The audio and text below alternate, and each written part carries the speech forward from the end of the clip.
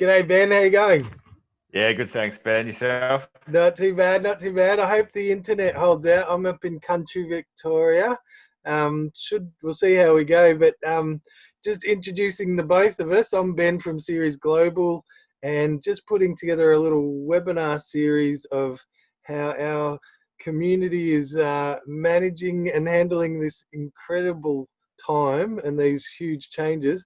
And Ben Habib's been a great partner of Series Global for the last few years. We've travelled to China 3 times and to South Korea with undergrad social and humanities students from La Trobe University. Ben Habib's also an absolute weapon on North Korea correspondence and all things political, and also is a great advocate and spokesperson for anxiety in the community. So good to chat, Ben. How's everything this week? Yeah, well, I've been on sort of voluntary isolation since Friday, a week and a bit ago. We had a first confirmed case at La Trobe 2 Thursdays ago, and it was only a very short couple of degrees of separation away from me, so I thought it was a good precaution to do that. But I decided to cancel all my subjects on the spot that day, go fully online. It's really sad just seeing the inevitable trajectory of where this seems to be going, watching the government do too little, too slowly, and not acting decisively in a timely fashion, which in its own way is really predictable as well, because our political system is so toxic, and just politics has become so corrupted that we shouldn't expect anything else. I mean, the leaders are doing the best they can, but they exist in a system that's really broken.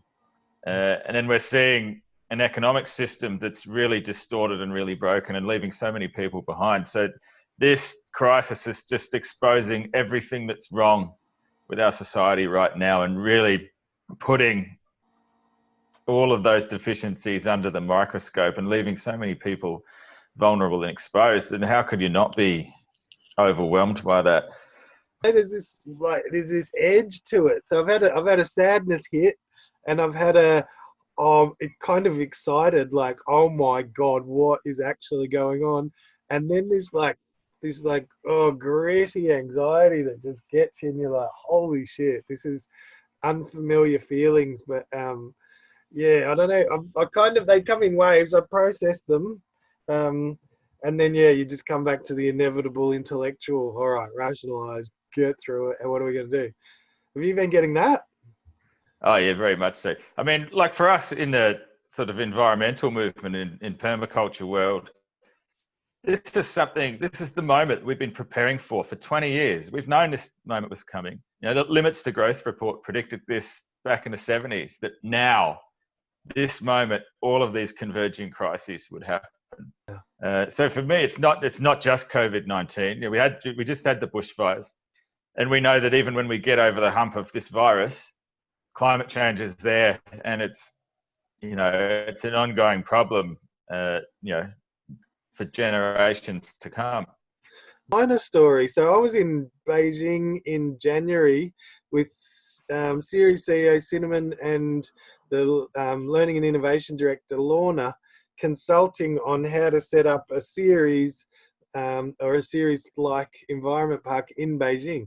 That was an amazing journey, and it was great to see the two cultures come together, collaborate, and work out, how to do this. So, but since then, China's been through the entire COVID experience, had huge numbers of deaths, and then they're through it, and the hit on the GDP or the growth is minimal compared to what we're already copying. So amazing contrast of cultures and systems in response, and now also huge opportunities for China to just carry on as they were, probably huge stocks and shares opportunities and things like that. So it's like there are more than one system at play here in this whole global crisis.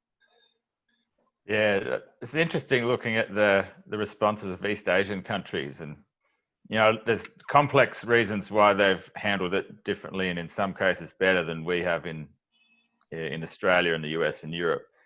But one of the things is, I think the communitarian culture that they've got there, and that people do things together, and through sort of Confucian relationships, that there's bonds of social responsibility that people have to each other. That's different from what we've got, and it's real. Here it's really exposing the shortcomings of individualism, and the social bonds that have been really destroyed in a lot of ways in Australia and in the West. But I like to, putting a positive spin on that. I think first step, from a permaculture perspective, observe and interact. And that means facing the darkness. No bullshit, no blinkers. Face the darkness. Sit with it. Don't try and fix it yet. Just absorb what that means. But then, drawing on Bill Mollison's idea that the seed of, or the seed of solving any problem lies in the problem itself.